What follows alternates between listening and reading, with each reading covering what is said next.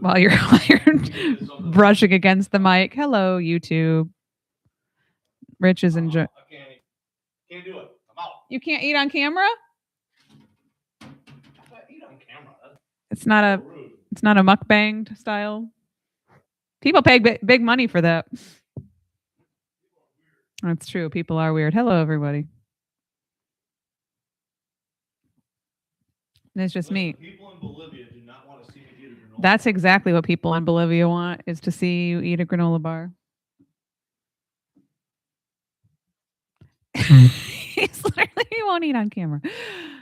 How much is your life falling apart on a scale of 1 to Nature Valley granola bar? That's my favorite scale. Hello, YouTube. How's everybody doing? We're just going to get things. You could hear all the nice background noises from Rich. You yank the towel out of the dispenser and smack the trim on the wall. Just don't do things so aggressively. Apparently. So violent.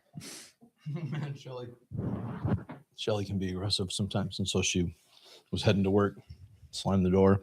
Not meaning to slam the door, but she's trying to carry her bags out and stuff. And ASMR chewing. Again, people pay big money for that. And of course, woke the dog up, and so then the dog's whining. I'm like, oh man. So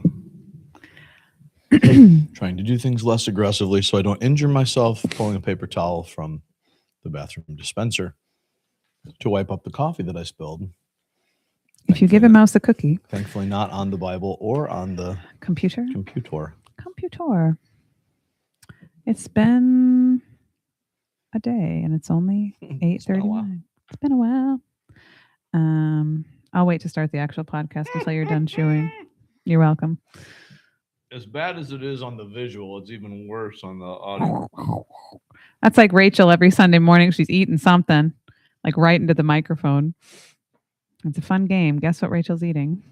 Just based on her chewing. Probably something healthy. Sometimes it's just something totally random, like that you don't have for breakfast, like a beef taco or something. Now I want tacos. Yeah. Taco Friday. Anyway, okay. I think every day should be taco day. Tacos. There are a couple of things that I just don't get tired of. Pizza, tacos. There are probably more things. That was a couple. Yeah. Are you 1 or 2? I'm 56. On the microphone. 1. I can't hear you very well. Probably getting the gain a little bit. Hello. Okay, that's better. Eat the mic. Now you can hear me drink the coffee on the mic. Okay, I shall start as soon as you're done with that sip. Yes, it's working now. Fake slurping sounds. All right, here we go.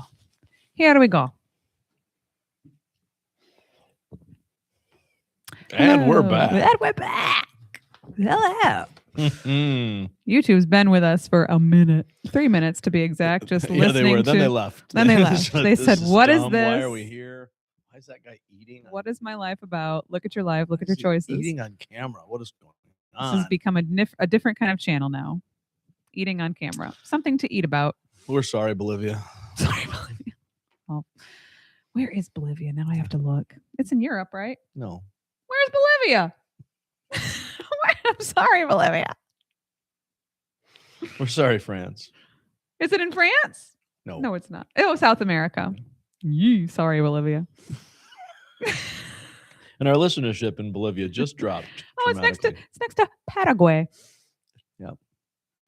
Well, sorry, Bolivia. Mark Foreman could tell you that. Oh, it's like surrounded by Brazil.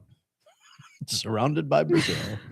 How does it feel? And Chile. Brazil's a little bit dominant down there. I'm sorry, Bolivia, because I would literally know, if you handed me a map, I would know every country around you. Wow. But not you. It's the middle child syndrome. But now I will. I would know Venezuela. I would know Colombia. I would know Ecuador. It's in the middle. Middle child gets forgotten. Argentina. Don't cry for me, Argentina. We were gone for a week. We were. What? Super good planning. We decided to take It was Thanksgiving like off. it was like Friday after Thanksgiving at 3 p.m. and I'm like, we didn't do the podcast today. I guess I'll So have another piece of pie then. I was in a turkey coma apparently. Spatchcocked my turkey for the first time this year. I don't even know what that means. It's where you cut out the backbone of the turkey and then you do Sounds painful. pretend you're a chiropractor and you break it.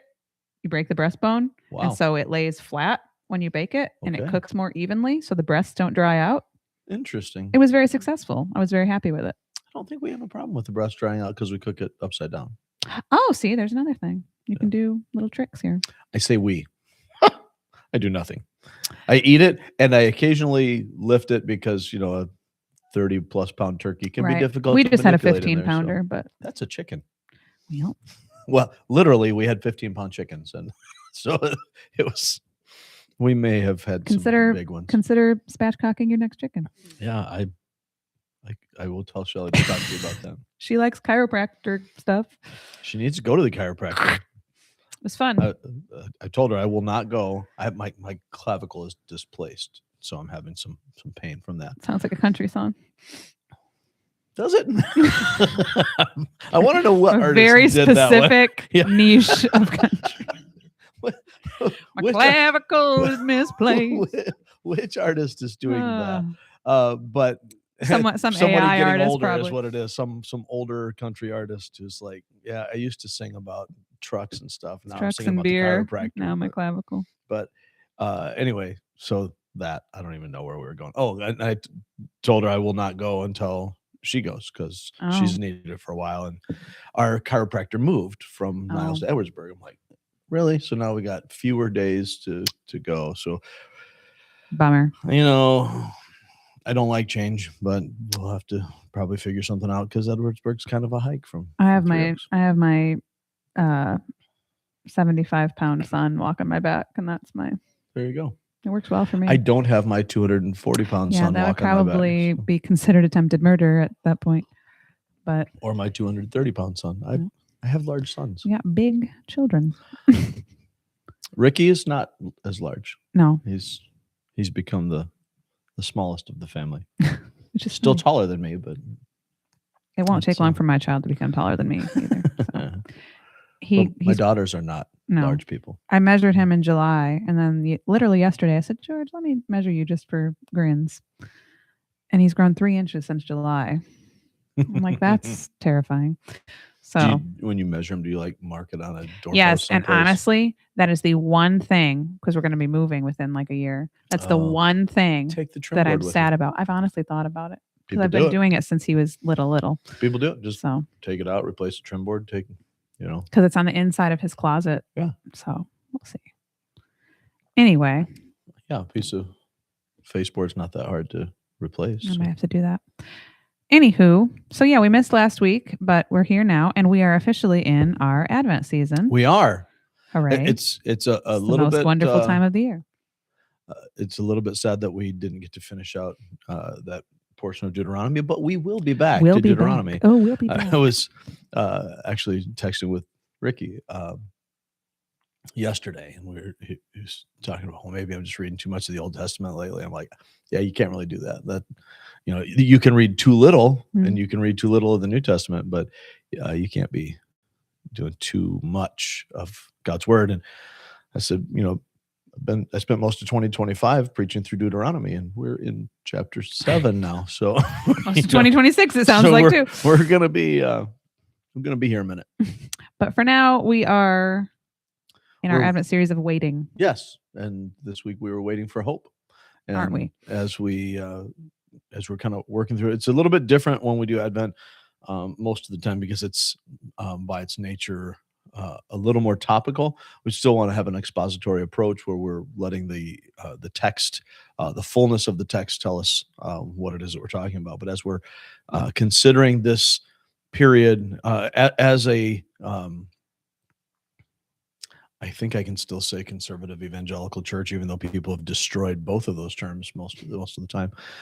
But as a generally reformed Baptistic Protestant church, So many adjectives. we're not tied to the church calendar Mhm. necessarily, but obviously, Easter and Christmas are a major part of who we are and what we do.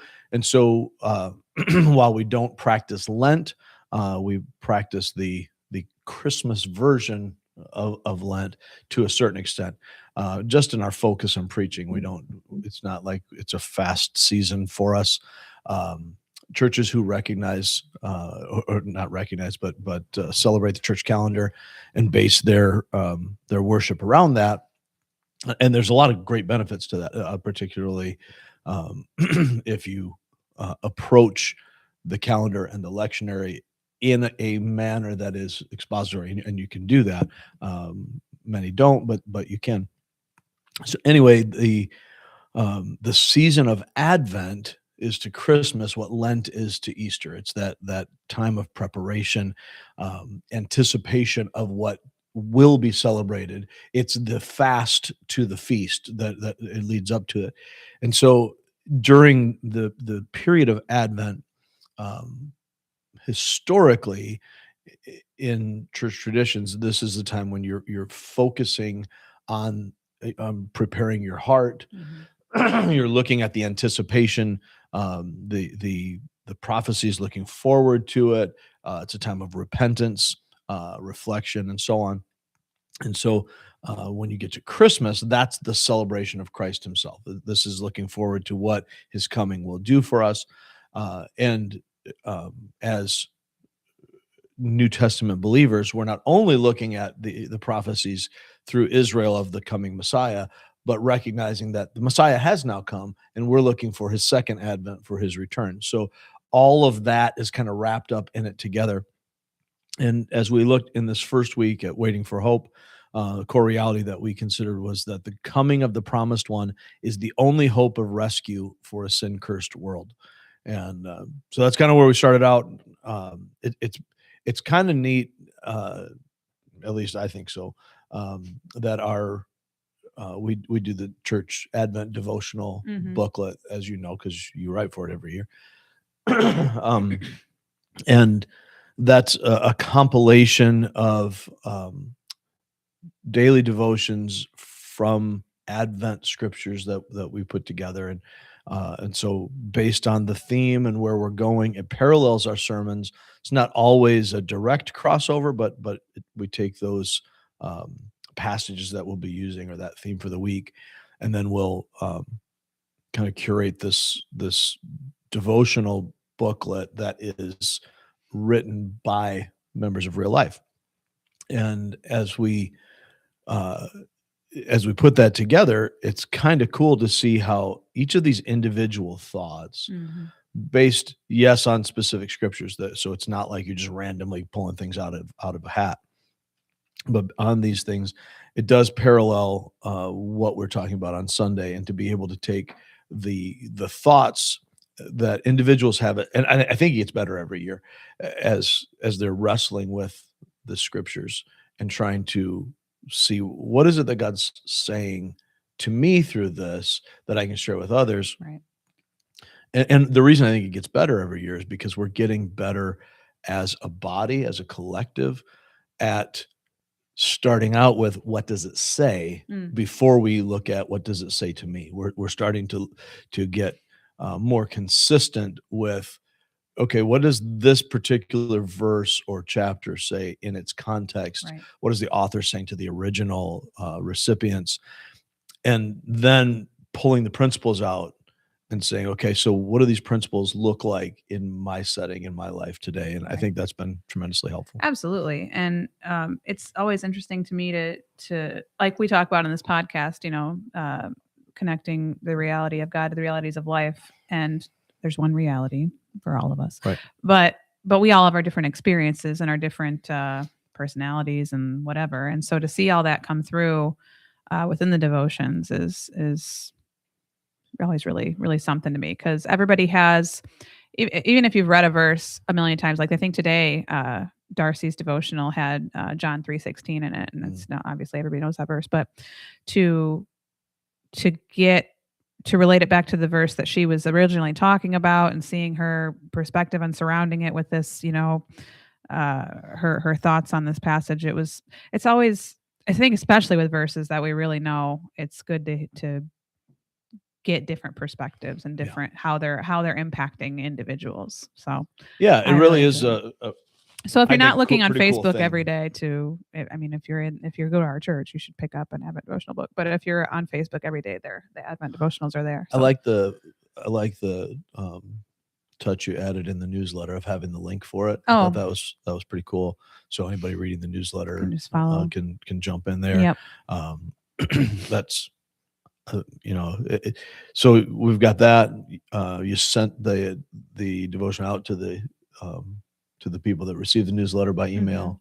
You're posting it on our church page and then also to the connection group, so that And there are hard copies here at the so church. they're getting notifications that way, and having the print copies, and we'll have some available at the community Advent service on nice. Sunday night. I think it's just one more avenue, one more channel, if you will, for us to be able to connect over God's word, and to remember. We love to say that Jesus is the reason for the season, and that works really well on buttons and bumper stickers. And yet, in reality, so many of us who are saying that aren't living it, right? So Right. then Jesus is an addendum to the season, not the reason. Right. And so if you were to look at our celebrations generally, particularly, I think especially during this period of Advent, the 4 weeks leading up to Christmas, wow, it's really getting close. For sure. As we do this, we're so caught up in all of the things, and we talk about Jesus, but we have to go shopping. We talk about Jesus, but we're jumping on sales. I saw a meme today and it said, parents, man, I have so much to do this week with the school. Dress your kid up as the Grinch today. Like, there's just always stuff going on. Right. And it's so easy but also. Well, and even just, you mentioned the school, and this, I'm not trying to take shots, but it's just a reality. The school's celebrating Christmas, all of this during this Advent season. Schools aren't going to recognize the difference between Advent and Christmas, right, unless you're in a Catholic school or something. Right. But you're doing all this stuff, and not one bit of it in schools, as your elementary kids are going to school, you're going to have all this fun. You're loving Christmas. Not one morsel of it has anything to do with Christ. Right. Right. So you got Santa and Rudolph and sleigh bells and snowballs and all these different things, the Grinch. And I'm not opposed to any of those things. Right. I set aside back when we used to have actual television, the Grinch and Frosty were on last night. Well, so like actually scheduled on TV. When you couldn't stream stuff, right, and you didn't have DVDs and all that, every year, right, all of those Christmas specials, right. that was Christmas appointment watching. We were there. Rudolph. I would get to come in early from milking the cows to come in and watch the special and stuff. Yeah. And so that's a big deal. I love all that stuff. And my mom, we had a home filled with fantasy and whimsy, and people will, my whole life, people get all upset. I remember in the 80s, Santa is just Satan spelled differently, all this kind of stuff. Get over yourself. And I get it to a certain extent. I can see the concerns, and as a parent trying to figure out, how do we work through these things when my kids were little. All of these things are important. But I grew up in a home full of whimsy and fantasy. My mom's favorite movie was The Wizard of Oz. And so there was like if I can say it without sounding blasphemous, there's like a shrine to the movie. She's got all these collectibles that she's got, just very. Well, she was friends with Margaret Hamilton, wasn't she? She did. Yeah, she did become friends with Margaret Hamilton. And that was later on. I remember when they met, I wasn't there because I got in trouble, and my mom held the line. Here's the standard. You didn't obey, you can't come. Anyhow, but with all of this stuff, my mom was very active and conscious to make sure that we saw, listen, all of this stuff, this is fun and it's beautiful and it's worthwhile, and imagination is a good thing that God gives us. But this not just this season, but every part of life is about Christ. Right. And there is nothing else. Well- And we live in a sinful place, in a Right. sinful world. And that's why we can't expect fixes Mhm. from things here. Well, kind of just going back to the I don't know, I call them categories, themes we're going through each week here with this Advent season, and it's always some form of hope, joy, peace, and love, right? I mean, that's always pretty much Usually, the yeah. I Advent mean, themes. those are the traditional Advent themes, and But when you- sometimes we'll be actively, consciously doing that. Right. Sometimes we'll do some different things. But when you think about those things, those 4 simple words, Mhm. I love this season more than anything, but it can also be a very difficult season. Oh, absolutely. For, whether you're just nostalgic and emotional, whether you're going through something, whether Right. you've just lost somebody or whatever, it can be a very difficult season. I was just talking to somebody. This is the most difficult time of the year. Mhm. The rest of the year, they're And fine. even like, But from Thanksgiving to Christmas, Right. it is nonstop and depression. everything is surrounding you that's beautiful and lovely, but it can also be very, I hate to use this word, but I can't think of a better one, very triggering in a way. Like, Sure. I can sit there and look at the Christmas lights on my tree and hear a certain Christmas song and start crying, and I Right. really don't know why, but it can be very difficult. man. So I've been doing that forever. So now that I'm older, it's not better. Right. But I mean, I was in high school and alone in the dining room, and I'd see the Christmas tree lights, and hear the Oak Ridge Boys sing Happy Christmas Eve, and just lost it. Yeah. Just like, oh, this is so So even- beautiful. but even sometimes we don't even realize why. We're just overwhelmed with Yeah. these It's emotions a lot around. of emotions. And And if you've got specific negativities that Right. come with that, if, Right. loss of family, Right. the grieving of what we don't have, the Norman Rockwell picture Right.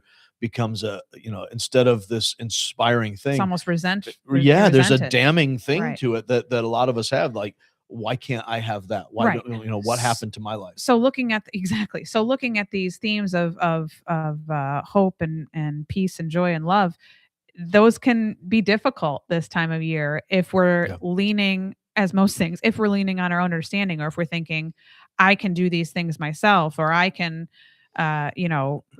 provide for myself, or I Yeah. don't, Suicides Mm. increased dramatically during the holiday I believe season. it. I believe it. There's so many different elements of that, and I think a big part of it is exactly what we're talking about, and we're kind of talking in rounded Right. things, but when you have a life separated from the reason for life, Mhm. that becomes a problem. When we just, again, something as simple and seemingly innocent, nothing is innocent, but as innocent as it seems to be, with public schools celebrating these holidays, that you're building everything you do around that season's Mhm, holidays, right? mhm. So Thanksgiving, Halloween, all these different things, and you're building this. You have Thanksgiving without thankfulness to God. Right. You have a general vague gratitude feeling, but you're not thankful to someone, and that's damaging, right? So then you've got Christmas that you celebrate with no mention, no thought of Christ at all. It's in the Yeah, name, right. right? You like Easter, to it's not ignore in it. the name, Right. right? At least not that folks are generally aware of. So then you get to Easter and you celebrate it. And some schools still even have Good Friday off. They don't usually call it that. Right. It'll be an not an in-service, but whatever. Even our village They'll didn't do their call it that. they'll do their parent-teacher conferences or something. So you end up having the day off. But you can't say we're having the day off because Jesus died. It's the Jim Gaffigan joke. Oh, Easter, the day Jesus rose from the dead. What should we do? How about eggs? How about eggs? Right. So then you've got, you're celebrating Easter. You're building up to Easter for, however long they're doing it in elementary school now, whatever from the previous holiday, you get like really, a week not off even and then much. you go to that. You're coloring a bunny and eggs and whatever else, Right. and that's pretty much it. But you're doing that. You're decorating your room Right. for it, all that kind of stuff for bunny and eggs. Mm-hmm. Is that really why we have the holiday? But we don't talk about why we have the Right. holiday. So we've completely separated it from reality. And arguably, Easter's more important than Christmas. Absolutely. And in fact, the Legend of the Guardians animated movie, they actually address it. Alec Baldwin actually has that line that says, "You're right, Bunny, on this this one time I'll give it to you that you're right. Easter's more important than Christmas on this." And they don't really go into it, but Right. it's clearly not a Christian movie, but Russian Santa Claus with tattoos voiced by Alec Baldwin, that is an interesting concept. The creative choices are bold. Anyhow, a lot of good allegorical metaphor I've never seen things it. in there. It's worth seeing. My mom is super high on it. She watches it by herself. But as you're looking at this, when we have an entire life, an entire society, entire world separated intentionally or unintentionally, I would contend it's always intentionally, even if it's not your intention. There's an intention behind it in the world system that is anti-God. And we allow children and families to have their religion in their pocket. You can have it over here, but let's deal with 99% of life apart from that, right? And so how in the world can we expect that any of the secular fixes that we offer are going to provide a fix? And we do. I mean, we absolutely do. The atheist believes this. The socialist believes this. Far too many people who would call themselves Christians believe this as well, whether consciously or unconsciously, that we can fix stuff. Right. That self-esteem can give you hope, that prosperity and education can make life definitively ontologically better. And yet we know history tells us that's not ever been the case, right? As C.S. Lewis would say, that it creates more clever devils, right? So we have more education, more technology, more wealth, and we use that then to create more immoral, more ungodly, more damaging situations. We kill people better in World War I, more sinister in our approach to things. So we have to come up with a whole new ethics of how do we do war, because we are better at the murderous elements of it. So you have mustard gas and all these different things. So then we have some kind of a moral fabric that's supposed to be generally guided, and then Hitler, right? And so And Hitler. And Stalin, and Stalin's on our side, right? In this conflict, in World War II, and yet Stalin killed more people than Hitler did, right? This is a horrific situation, and in all of this godlessness, we're doing the same thing today. This is not a political statement; it's just observable. Watch it. Through the UN, through every other global network that we're trying to put together to increase human flourishing, we're doing it apart from God. You can pull yourself up if we together can pull ourselves up. Human technology, and it's no different than the Tower of Babel. We're building something up to reach heaven as we perceive heaven, and essentially shaking our fist at God. Well, doing our thing. Even at, specifically at this time of year, as a parent, I'm guilty of this, of just, wanting everything to be magical for my child. Right. And so, you decorate and you have fun events and you bake Christmas cookies together but that's also, I fear, putting things on me. Like I can fix everything, or I can make this holiday great. And I even try to convince myself of that. Oh, that's the job, right? As the mom, I have to make the magic here. Right. But I even try to convince myself of it, like, oh, this will make me happy this time of year if I, have my tree up this time, or I make specific cookies, or I sing a carol, and all of these things I'm pleased with.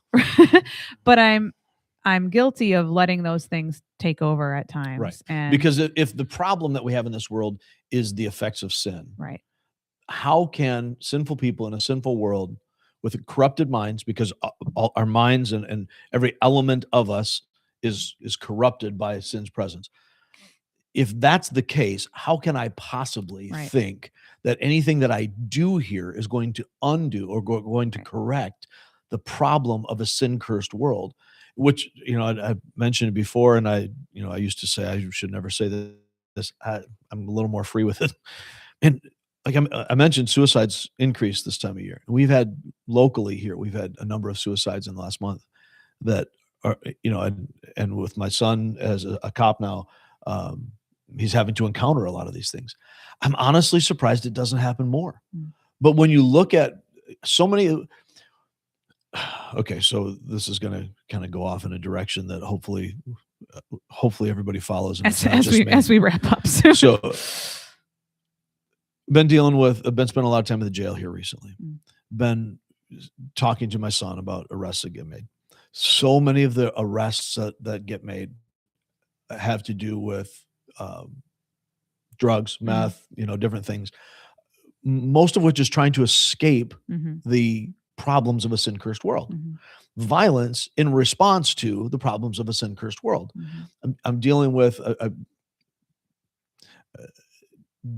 people on the right side of law enforcement who are not in jail, not in prison, but are just as immoral as the people that are in there. Right. They just haven't been caught, or Right. they express it in a way that the law doesn't recognize. But all of it is trying to cope in a world that is broken, most all of it. And it always creates bigger problems, right? So my life falls apart. I'm having a, spin this out a little bit. I'm unhappy in my marriage and in my life that I've got. And so I start drinking, I start doing pornography or whatever else. I look for another relationship. I end up, in an immoral situation because of that, trying to escape the way I feel. All of which exacerbates the way I feel, makes the problem worse. It promises to solve the problems. I have a problem with my mate, with my marriage. I'm unhappy. So I go to, as James Dobson used to say, I tire of plan A. So I go to plan B. And in plan B, I establish a new plan A. Right. And I keep going back to the same things. And the problem just grows. Well, and plan B might work for a minute until it doesn't. For a minute, right. Until it doesn't. And then you're Getting looking for drunk something helps more. me forget my pain Right. until I sober up. And then you got to drink more. Right. So it kind of spirals out of And in the meantime, control. I've made it worse. Right. And so when we look at all of the things, and we see this pretty easily illustrated in the holidays, as we've been talking about, but the problem is bigger than that. It's a whole life separated from the giver of life, the source of life, the reason for life. We exist for the purpose of glorifying God and enjoying him forever. We exist for the purpose of intimacy with him for his glory. And we try to find meaning in everything else but that. Yeah. So when we are separated from him by sin in a world that is cursed because of sin, that is not functioning the way it was intended to function because of sin, and we recognize that one day he will fully judge sin. There's a judgment now. There's a pouring out of God's wrath now. But in the end, the Prince of Peace, and we'll talk about this more next week, the Prince of Peace will establish peace by eliminating all that is contrary to that peace. So our hope for survival, our hope for meaning, our hope for how is this ever going to get better, which is what leads to the despair that for many leads to suicide. I don't see hope. I don't see any chance of this changing or getting better, and the world would be better off without me. I would be better off dead, all these different things. The only hope to escape this sin-cursed, broken system comes from outside the system, as God demonstrates his own love for us in this, that while we were yet sinners, Christ died for us. Right. So we looked at Genesis 3, specifically verse 15, and it was Rachel wrote on this as the first devotion of the season, that the hope that we have was built into the curse. As God was communicating the curse specifically to the serpent in Genesis 3, after sin entered the system, and everything is now destroyed. There's a virus that is destroying the whole program. As God is pronouncing the judgment, pronouncing the sentence here, he speaks into that the hope that all the rest of the Bible stands on, that one would come from the seed of woman, which is a whole other dynamic we can talk about probably on another podcast. I don't know. But anyway, that the seed of the woman would crush the serpent's head, and the serpent would bruise his heel, but there would be a champion, one who would come, who would undo this curse, who would destroy the enemy, who would overcome sin. And when we see God in his benevolence and his mercy, keeping the just sentence of sin. Spiritual death happened immediately, physical death happened over time. And yet, their efforts to cover their sin with their fig leaves and their hiding, just like we do today, metaphorically for us, literally for them, God reached in and said, "Let me cover your sin." And he made for them clothing from animal skins. Even then, there was a shedding of blood that was required to cover their sins. But he still provided. God provided it. Right. He did it. He was in the business of redeeming even before the sin happened, even before the creation of the world. God already had his plan in place. It wasn't a knee-jerk reaction. And he brought hope into the world that shouldn't have needed hope because it wasn't by faith at that point. It was by sight. We're walking with him. But the rescue that we now need because of sin only comes from the sinless promised one. And what we celebrate in this Advent season is the anticipation from ancient days to be able to look forward to God has promised and God will fulfill his promise. We know that he's fulfilled it in Christ and will bring it to its fullness in the second Advent. And so we remember that the coming of the promised one is the only hope of rescue in a sin-cursed world. Okay, we'll stop there for today. Thank you guys for listening. And again, if you're in the area, feel free to join us on Sunday mornings or join us online as we go through this Advent season and beyond. But we'll be back next week to talk about... You threw me off. I wasn't waiting for peace. Waiting for peace. Waiting to exhale. I was thinking about the fact that I'm going to not eat a granola bar next week as we're getting ready. So I apologize. That might have just increased our listenership like crazy. I apologize, so I don't YouTube. And don't apologize. Thank you, Stacy, for protecting the audio version folks from this. Goodbye, everybody. Ciao. Bye, YouTube. Thanks for hanging in. I said ciao, but we don't have listeners in Italy, apparently. So now we will. We'll work on what do that. they say in France? Au revoir. Adieu. Who's gained wisdom?